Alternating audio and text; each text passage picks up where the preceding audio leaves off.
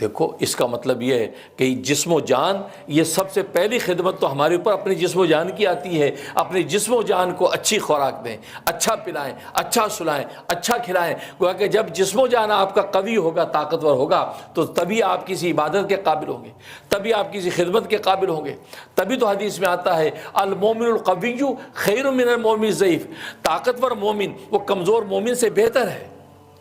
اور بہتر اس لیے قرار دیا کہ وہ طاقتور ہے تو عبادت اچھی کرے گا، قیام اچھا ہوگا، رکوع اچھا ہوگا، صفا مروہ کے اندر دوڑنا اس کا اچھا ہوگا، طواف اس کے اچھے ہوں گے، حج کے مناسک اچھے ہوں گے، تو وہ طاقتور، اور خدمت بھی کرے گا تو قوت کے ساتھ اچھی خدمت کرے گا خلق خدا کی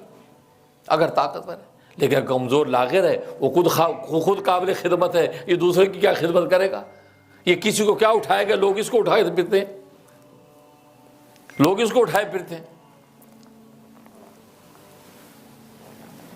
ایک بڑھیا گر گئی تھی نا، ایک نوجوان ہے، اوہ بڑھیا گر گئی، اس نے اٹھا کے بڑھیا کو اٹھا دیا، اٹھا کے اس جگہ پہ کہتے ہیں